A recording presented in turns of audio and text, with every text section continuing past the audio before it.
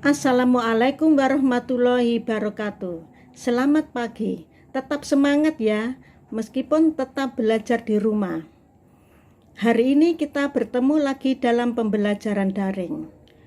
Hari ini mapel bahasa Indonesia dengan materi berita. Adapun tujuan pembelajaran kita hari ini yaitu 1. Peserta didik dapat memaknai teks berita.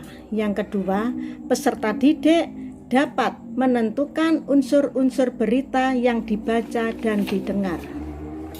Dalam kehidupan sehari-hari, kalian tidak asing lagi dengan satu kata, yaitu berita.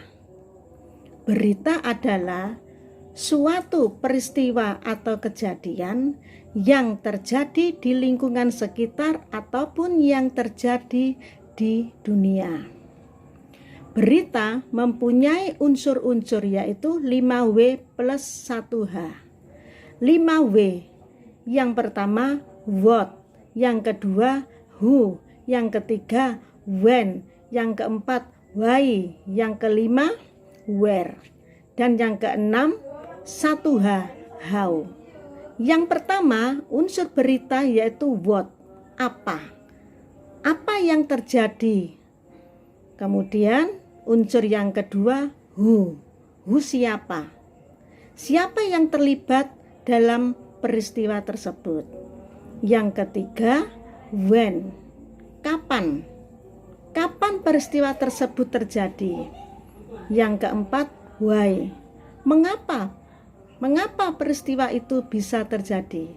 Yang kelima where, di mana atau lokasi kejadian tersebut terjadi. Yang keenam how, bagaimana kelanjutannya peristiwa tersebut.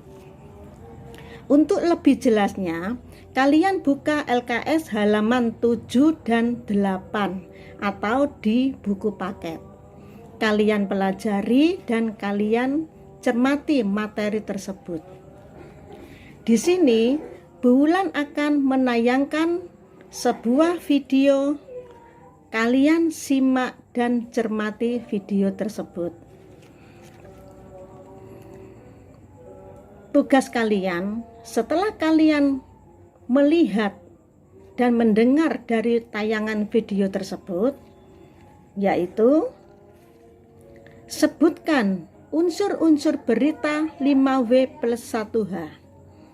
Selamat mengerjakan dan tetap semangat. Wassalamualaikum warahmatullahi wabarakatuh. Belum 4 bulan, pemerintah Surabaya menyiapkan 2,7 hektar lahan makam untuk jenazah COVID-19. Aktivitas pemulasaran masih terus terjadi. 2 makam yang disiapkan, yakni TPU Keputih dan Babat Jerawat ini sudah tampak penuh. Bulan Maret hingga Juni lalu, jumlah pasien yang harus dimakamkan mencapai 20 hingga 30 orang per hari. Meski saat ini turun menjadi 5 hingga 10 orang per hari, kematian tetaplah menjadi tragedi. Saudara, jika dilihat dari tanggal pemakamannya, tepat di sebelah kanan saya ini 15 Juni 2020. Kemudian di sebelah kiri saya ini juga 15 Juni 2020. Pun sama halnya dengan makam di sebelah sana juga 15 Juni 2020. Dapat diartikan dalam satu baris ini dimakamkan di tanggal yang sama. Kemudian hingga di paling ujung sana pun juga seperti itu, saudara. Dapatkan bahwa per hari ini di Taman Makam Keputih sendiri sudah hampir dari 1000 makam baru di tengah pandemi COVID-19. Untuk kapasitasnya di TPU Keputih sekitar 4.500 makam. Kemudian di lokasi makam yang kedua yang disediakan oleh pemerintah Kota Surabaya, tepatnya di TPU dari Babat Jerawat Surabaya Barat, terdapat 2.250 makam kapasitasnya di sana. Dan hari ini total informasi yang kami dapatkan dari gugus tugas COVID-19 Kota Surabaya bahwa untuk yang sudah dimakamkan di lokasi khusus pemakaman COVID-19 ada sekitar lebih dari 1.600 makam. Kondisi ini tentunya juga menambah beban kerja dan risiko petugas pemulasaran setiap memakamkan jenazah yang dikirim dari rumah sakit sesuai protokol COVID-19. Penggalian makam pun dilakukan dengan alat berat, sementara untuk proses pemakaman berlangsung sangat cepat untuk menghindari penularan.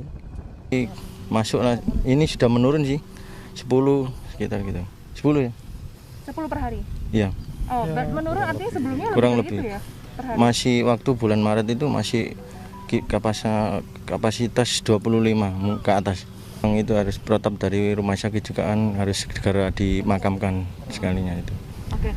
Pemandangan ini tentu saja menjadi ironi karena dalam 4 bulan terakhir di lokasi khusus pemakaman COVID-19 terdapat ribuan makam baru, lebih dari 1.600 makam baru yang harus dimakamkan dengan protokol kesehatan yang ketat oleh para petugas pemulasaran jenazah.